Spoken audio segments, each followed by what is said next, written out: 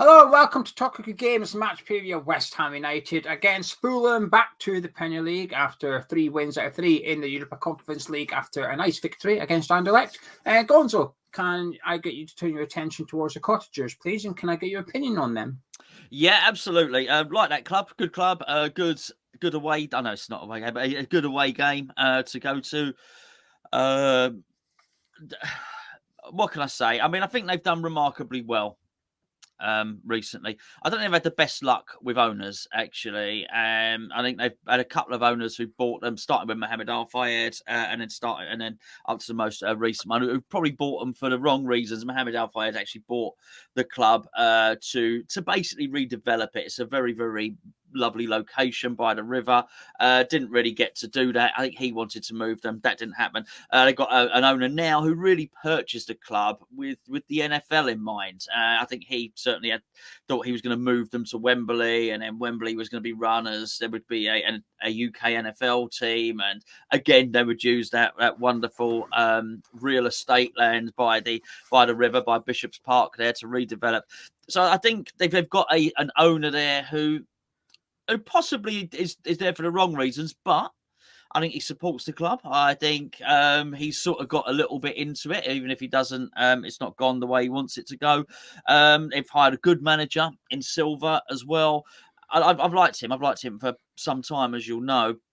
And I also think it's tough on the Fulham fans when you see your best young players constantly going as well. Obviously, Carvalho's trodden the same path that Harvey Elliott did as well. And these are outstanding young players who are going to have really, really good level careers and arguably be international players. And I think it's one thing when you have a player like we do with Declan Rice, and, you know, he leaves your club at 23 years of age or something like that, and you've had, a couple of hundred appearances out of him. And I know Carvalho played for him before he left and was decent in the Championship. But I think when you lose players at 16, 17 before they've done anything, it's quite wounding. You don't get much money for them either. So I think, all things considered, I think Fulham have done really well to find themselves in the Premier League, still, battling it out with the big boys, basically. Yeah, they've done well to come back up, I think. They went down, and obviously you look at the team and it's half a Premier League team, half a Championship team. Obviously, Parker disappeared as well. Yeah. But I think Marco Silva was a good appointment. I think the jury's out a little bit with him. Is he good enough to be like a Premier League manager? Because he always sort of does well and disappears pretty quickly at clubs previously. So this is a big season for him. And it's a big season for Mitrovic as well, because that question mark remains over him. Can he do it in the Premier League? And so far, the answer is yes, he can do it in the Premier League, although he might be missing for Sunday, fortunately for us. But I'll be honest, I haven't seen much of them this season. I don't know, maybe they just haven't been on TV that much. I feel like I've only seen them play a couple of times for some reason. I am also aware that we're at the start of the season, so I will see them more as we go on. So in terms of my opinion of their play style or anything like that, I don't have an overriding one. I was very impressed with them on the opening day against Liverpool, though, where they had tactics that worked perfectly against them. They were brave. They went for it. They were unlucky not to win the game in the end. Finished 2-2. They're scoring goals, which is, we always say, is hugely important if you want to stay in the Premier League. Only one team has kept a clean sheet against Fulham this season. That was Wolves, and it finished 0-0, so they still got a point from it. Have they started the season better than you expected? Because I'll be honest, Gonzo, I thought they'd be, them in Bournemouth were almost the whipping boys, almost like dead certs to go straight back down. And while Bournemouth are currently impressing me at the minute, I think Fulham have done since, well, like I said, opening weekend against Liverpool. I think Fulham have done tremendously well. Let's be honest. I would agree with that. And by the way, that doesn't mean that they can't tumble down and be in the bottom three. They certainly can, but at the moment it's not happening. They play good football. They play attacking football, which is obviously borne out in the way that they are scoring goals, as you alluded to as well. Yeah, I'm not going to pretend that I'm anything other than surprised. I am surprised to see them up there. I really am. And they've got a chance, which I know you're going to go on and ask later on anyway.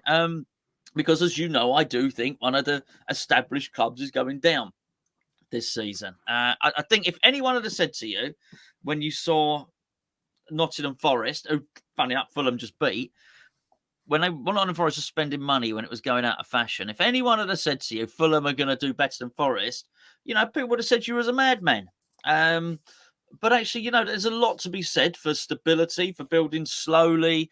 And I think that's what you're seeing. I don't know what's going to happen with those two respective clubs. Maybe money wins out at the end. But I must be honest here. I hope Fulham. Look, if one of those has to go down, I hope it's Forest. I'm just going to say that there. I've got more. I've got more affection for Fulham because of the way they've done things. Fulham feel like the underdogs still, who are doing well. Forest, I'm sorry, when you go and buy players, I'm not saying it just because Jesse Lingard, but when you go and sign players on 200 grand a week, you're no longer the underdog. When you go and, buy Gibbs White from what could potentially be £45 million, you're not you're not the plucky, lucky, the dog and duck that's come up from the Conference League to League Two, League One, the Championship. No. You're a serious player at that point. And so even for them to be above Forest, I think is magnificent for them and a real surprise. Yeah, they're greater than I thought they'd be at this point, and they had to be a bit more shrewd in the transfer window. And at times when I looked at their transfer business, it looked quite slow. I thought, I don't know if you've got enough about you here. I don't know if this team's becoming a Premier League team. But they've made some good signings, and we haven't seen the one I was most excited to see. We are yet to see. He played a handful of minutes against Liverpool, and that's it. But we'll speak about him in just a second.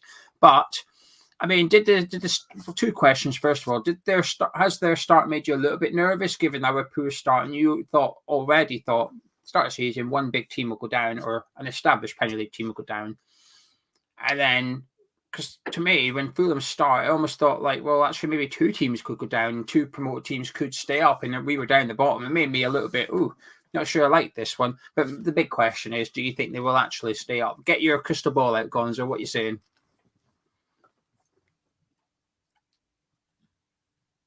Yes, I do. I think they're going to stay up. I do. I think I like the centre back partnership. Actually, I think that's not going to get worse. Okay, that's going to improve as they jet. Well, Diop and Toysin. I was just asking because Ream started the last game, and I think Ream played left back. Possibly, I might be wrong. He started centre back alongside Tosin. Adebayo. Yeah, I tried not to say it. I mean, Ream's not a bad player, by the way. But yeah. So I mean, I think Diop's. Look, I mean, we know all about Diop. I think if you can get a tune out of him, if you can have faith in him, we know he's a good player. He's a giant. Toysin's a giant of a player. So I think they've really got something going on there. So obviously, particularly with Mitrovic as well, they're always going to be a threat from set pieces as well. I think they play open football.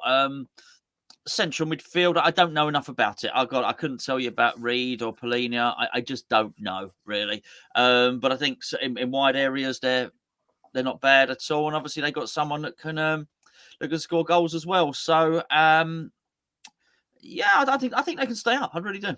I think they will as well. Just I thought Forest would stay up, but they look horrendous at the minute. Although I think Forest will get better naturally as the players settle in.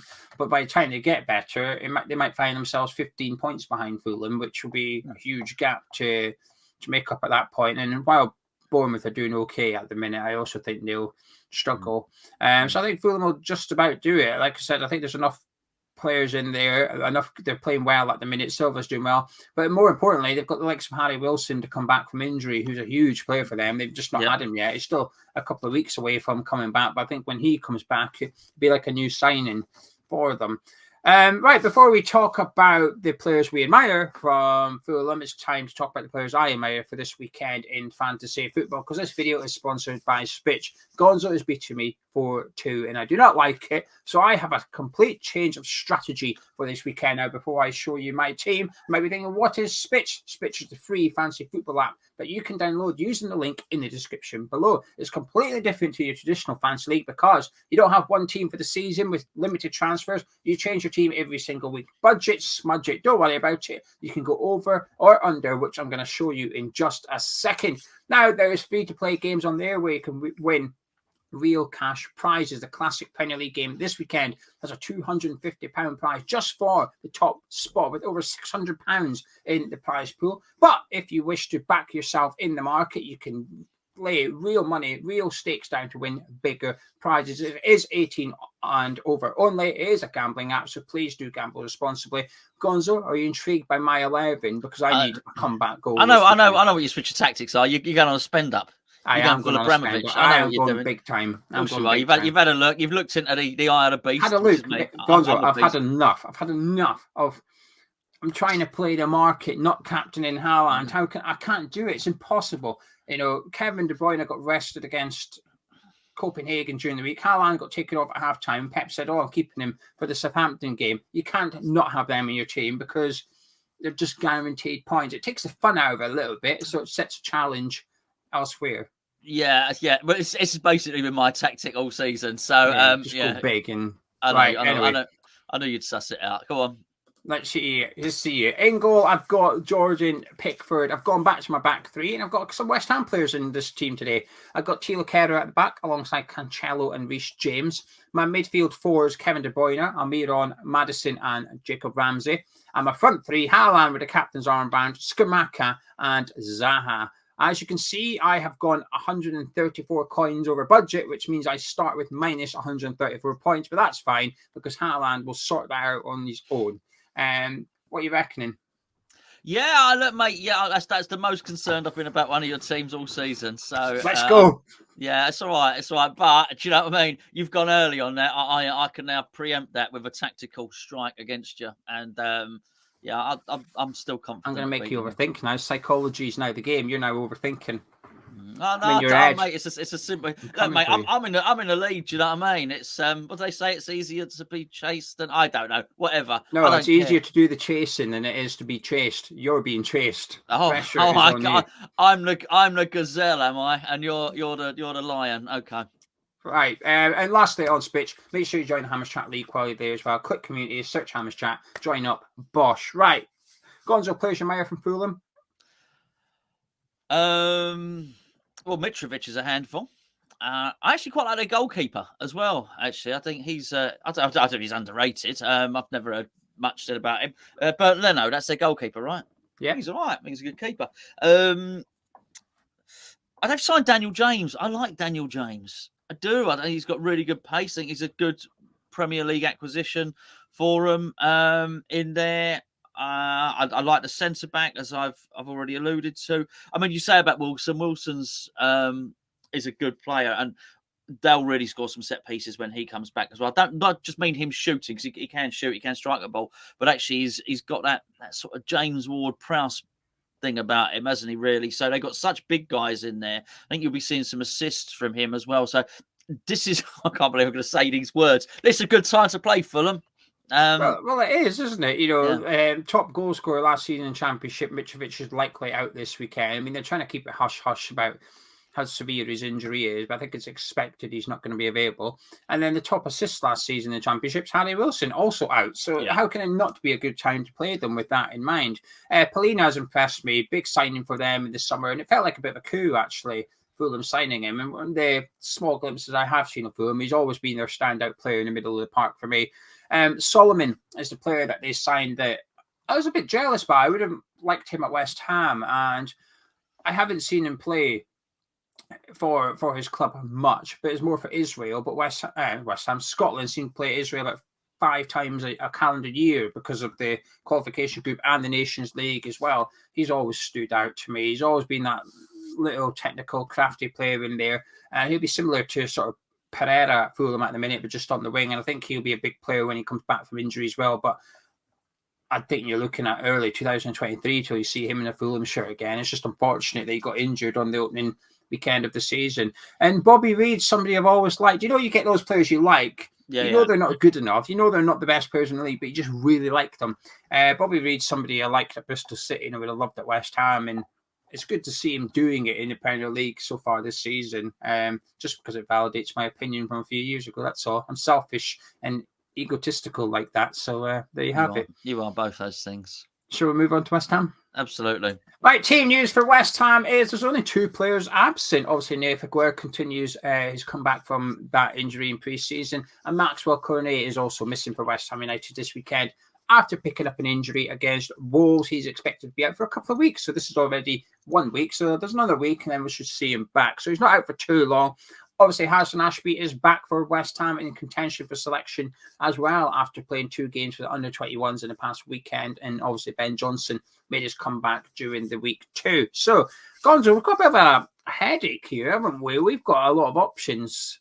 We do. 11 spaces, but maybe 13 or 14 players with solid claims to be starting. So this is what me and Gonzo want to see. What we think David Moyes shall do. Back 4 for you.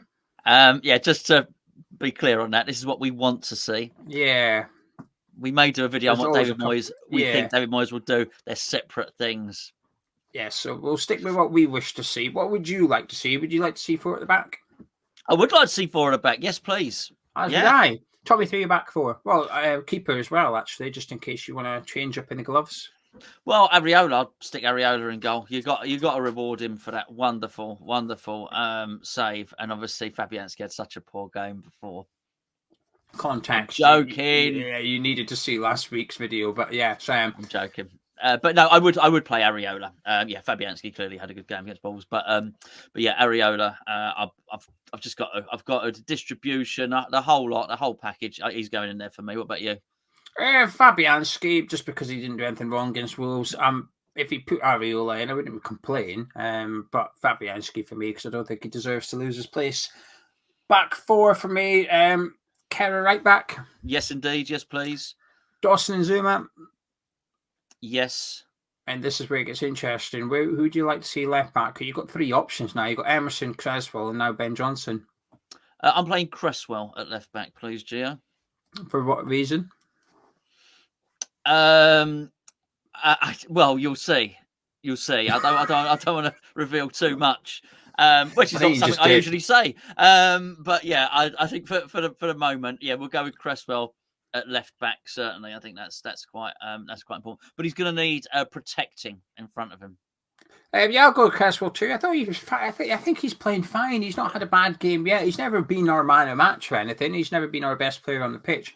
He's not done anything wrong. So, yeah, same back 4 for me as against Wolves last weekend. Now, moving into midfield, what would you like to see? Obviously, you've got Declan Rice in there, but what else would you like to see? I'd like to see Declan and Flynn Downs in there, actually. I thought Souček, really good game. Man of the match, actually, against Wolves. But we're not playing Wolves.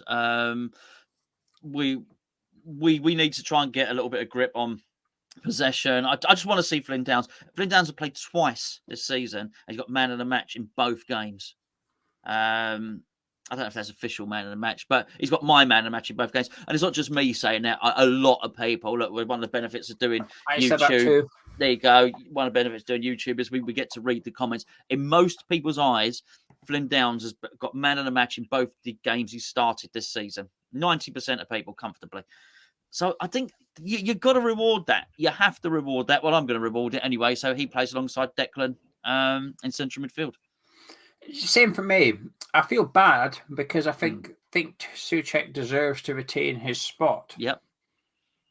But Fulham are a bit like us, which is they concede possession relatively easily. The other team usually have more possession than what Fulham do, and they don't mind playing counter-attacking football. And it's understandable when they've got the pace they do on the wings at that team.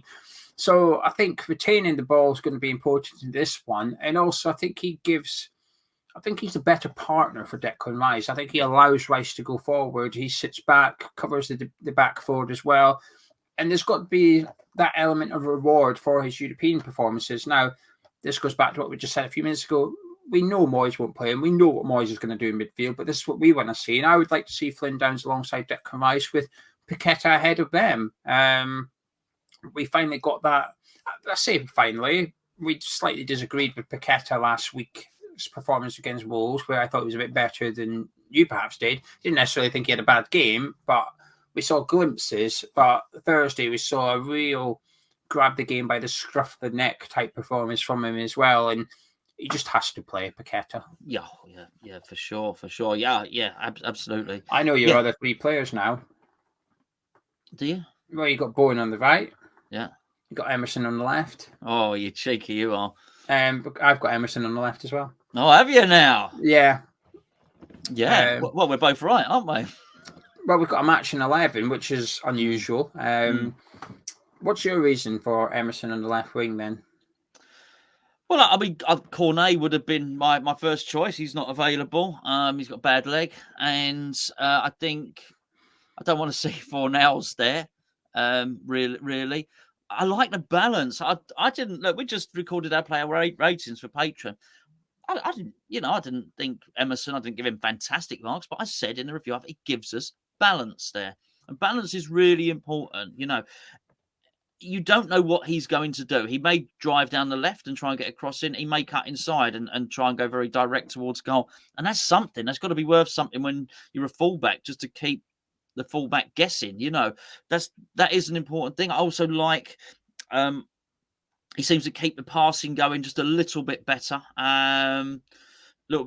Doesn't seem to check back quite as much. He's not going to offer, I was going to say, the goal threat, because I don't think Fornals has a massive goal threat. There's just a little bit more attacking intent about him. I think his initial instinct is to go forward straight away, and I think when you want to be a counter-attacking team, I think that's quite important as well. I also think if David Moyes plays in the way that I think he will, which is he will want to get Paqueta closer to Scamacca. We saw that in Europe. That's what we saw. And if that happens, then it's sort of less important that left-sided player is always attacking anyway. So I think basically he does both jobs. He protects Cresswell, but I think he also gives us an attacking outlet and an unpredictability there. So that's why I play Emerson. Yeah, Emerson for me, because I think, I like yourself, I don't want to see Fornals on the left wing in this game. Benrahma fluffed his chance on Thursday night, as far as I'm concerned. I think he was, in my head, not Moyes' head, in my head, he was in contention. He's probably favourite to start. But that performance is just, I can't really shake it. So for that reason, I like Emerson. You call it attacking intent. I always think Emerson attacks with aggression. He gets the ball, he wants to go forward. He'll try and skin his man. He'll play 1-2s, and he's got a variety of play to him. Sometimes he will go, like I said, he'll play the safe ball. The next time he will try and cross it. The next time he'll try and go down the line. And it keeps them guessing. And I'm unsure who Fulham will have right back, possibly in Babu. Usually the right back, whether it's him or Tete, is good going forward as well. And I thought Emerson Cresswell actually looked quite good against Wolves down that left-hand side of the them. I thought it was almost like a no-go area, which is, don't bother trying to attack us down here. You're not getting past us. Go down the other side of the pitch. So Emerson for me, and then Bowen and Scamacca pick themselves, really. I mean, we've got a matching team. But let's switch for a second then to what we think Moyes will do. We both agree on this, which is Souček for Downs and Fornals for Emerson, and that will be the team that David Moyes. I'm very confident that that's just starting 11. Would you agree? Yeah, I do. I think that's what he's going to do. Which is not a bad team. Don't get me wrong. And I'm not slagging Fornals or Souček off. I think Souček did a really a stellar performance actually against Wolves, and again probably deserves to be in the team. It's not that he doesn't deserve to be in the team. It's just it's one of those wonderful positions where you've got two midfielders who both played a really, really good game, and they probably both deserve to be in. It's just who deserves to be in slightly less. I don't know. The Fornals one, funny enough, I think if he does play, he will get up and support Scamacca quite a lot. But I mean, we just spoke about Benrahma in the video that we just recorded, and some of his efforts were quite tame and lacking in confidence and a decisive shot, a decisive through ball. And I feel Fornals is the same. He got in and around the box against Wolves. Again, they were lacking in power, lacking in precision. There wasn't a real sort of fire about them, if you want, and I think that's really important. That I don't know how much of that is confidence or just the fact that Fornals not overly an attacking player as we've discussed anymore. But I still think he has the capacity and ability to play well. But I think the thing that I don't like about that particular selection is we spent the first 10 minutes praising Fulham. We both like Fulham, think they're doing well, manager's doing well, both think they'll stay up. I can say something critical about them before you do. That makes you feel better. Go on then. That's the team myself and Gonzo want to see. We don't often agree, but we have on this episode. Now, before we get on to how we're feeling about the game and how confident we are, I just want to quickly point in the direction of our Patreon. And I know what you're thinking. You've already told us about it this week, but it's the start of the month, so we bang on about it. And then for the last 2 Thursdays of the month, we shut up. We don't mention it anymore because it's the best time to join at the start of the month. We've got loads of additional content over there. And if you're thinking, I don't need more videos, well, what about different videos? We've got player ratings, we've got Ham Utd, a Patreon podcast, we've got a breakfast show on every single match day. I do an opposition prediction, which will be up later tonight, of how I think Fulham will line up. Find out a little bit more about each Fulham player. We've also got our mug of tea and, of course, our giveaways. Not just video contents over there. We've got ticket giveaways. We have our big giveaway every single month. I'll show you the prizes in just a second. But to join up, if you wish, from £3.60 per month, so less than £1 a week, you can go to patreon.com/hammershack. Links in the description and the pinned comments of this video. Now, before we crack on with the preview, let me quickly show you what we've got coming up as a giveaway this month. A signed Jeff Hurst shirt, a signed Julian Dix shirt, the 1980 FA Cup replica shirt signed by all the players, including Billy Bonds. A Hammers Chat t-shirt of your choice from our online store. A set of our West Ham beer mats. A mug of your choice from our online store. And our Hammers Chat Christmas jumper. So that's the giveaway we've got coming up in October. Every patron is entered automatically. If you want to find out more, please do click the link in the description. Massive thank you to everybody who signs up. Back to the preview.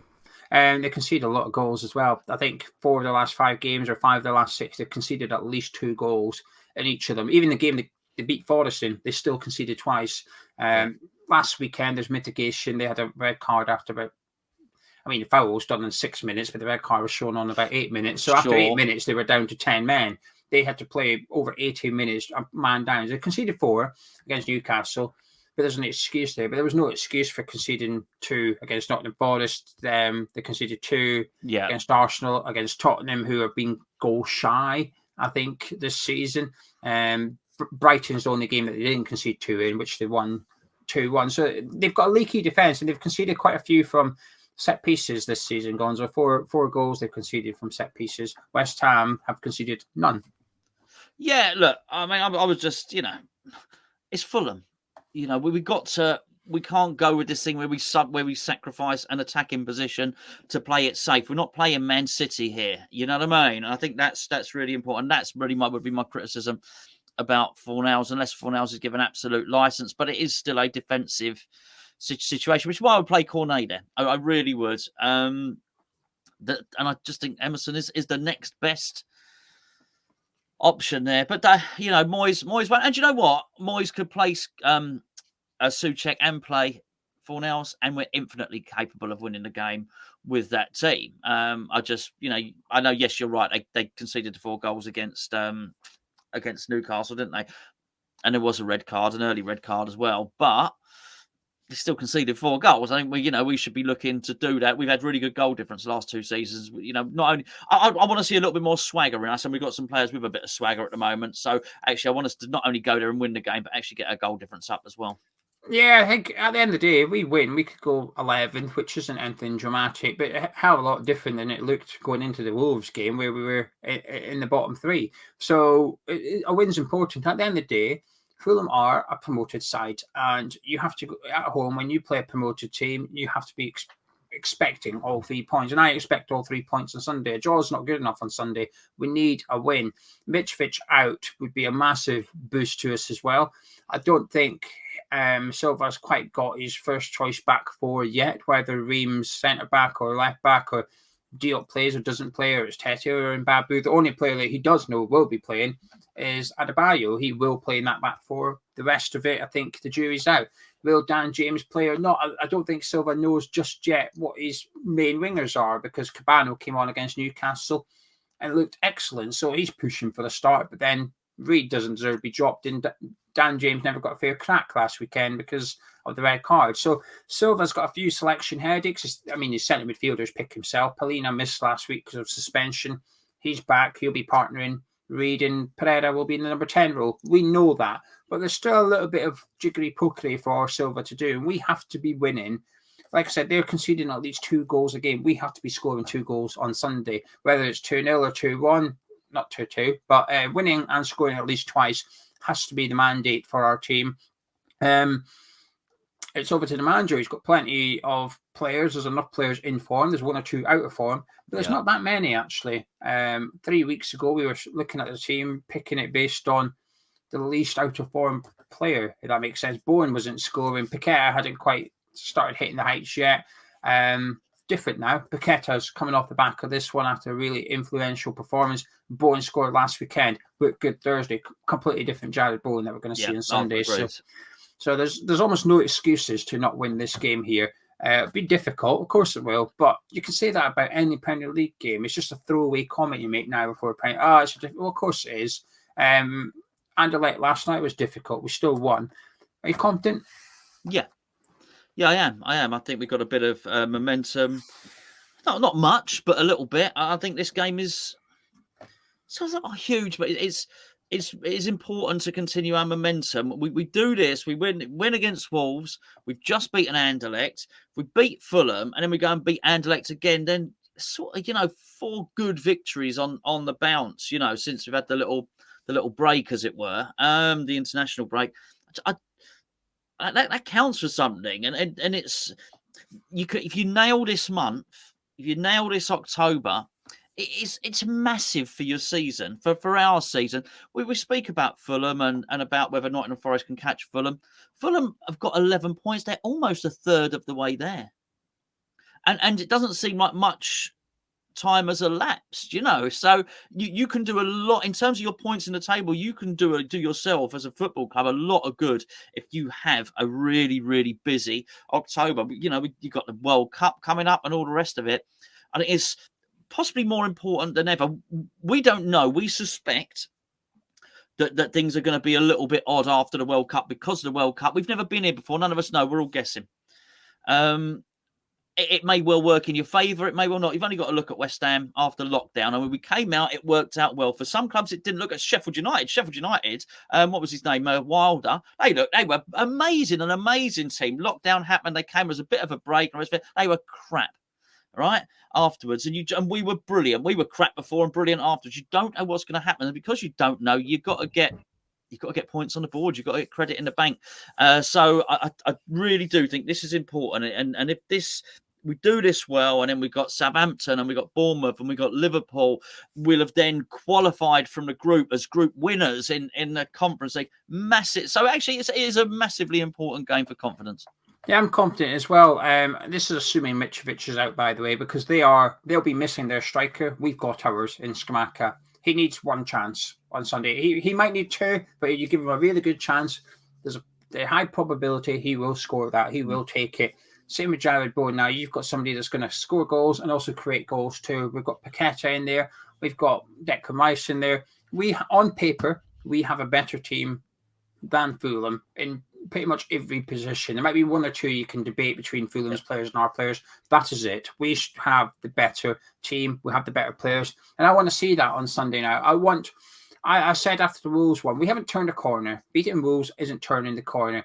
But what we have done is start to turn. Yeah. We're now in the corner, if you like. But there's a long way to go. It's a big curve, that one. Fulham is the right opponents for us. A little bit better than Wolves coming into this game. Wolves were the right team for us. The team down the bottom that couldn't buy a win. Got the job done. Got their manager sacked. Happy days. We've done Wolves a favour, really. Coming into this one, Fulham are an upgrade on where Wolves were last week, which is a bit better form, but they're missing players. It's a nice little step up for us, actually. Can you go and beat Fulham? If the answer is yes, all right.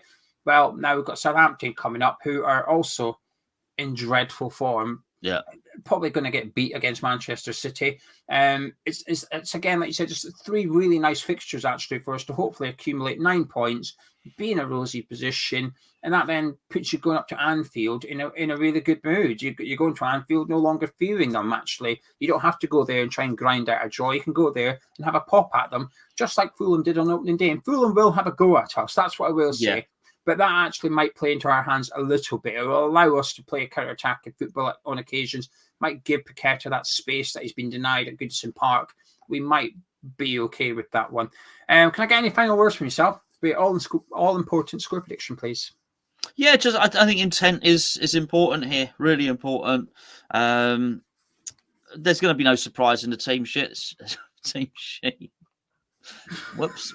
There's not. That would be a surprise, wouldn't it? What's here, Mr. Silver? Look what Moyes has just handed you. Oh my word! How are we going to counteract that?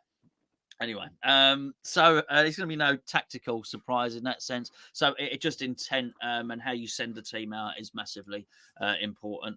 I do think I think I'm going to use a scoreline prediction which I used in the last game. I might keep doing it until I get it right. So I'm going to go with West Ham 3, Fulham 1. I like stats, as you know. I love my statistics in football, and they're not the be-all and end all, but sometimes I think they are indicators, and I'm going to stick with the numbers on this one, and I'm going to say West Ham 2, Fulham 1. They're going to continue to score, but also going to continue to see 2 goals a game. So there you go. If you enjoyed this preview, do drop a like on it and subscribe if you're new to Hammer's Chat. 2 o'clock kickoff on Sunday afternoon. It means we are live at 12:55 with our build-up show where we'll be taking a look at the West Ham team, the Fulham team, and getting ready for the big game at the London Stadium. Make sure you download the Spit Chat. Links in description. Myself and Gonzo, we'll catch you in a bit.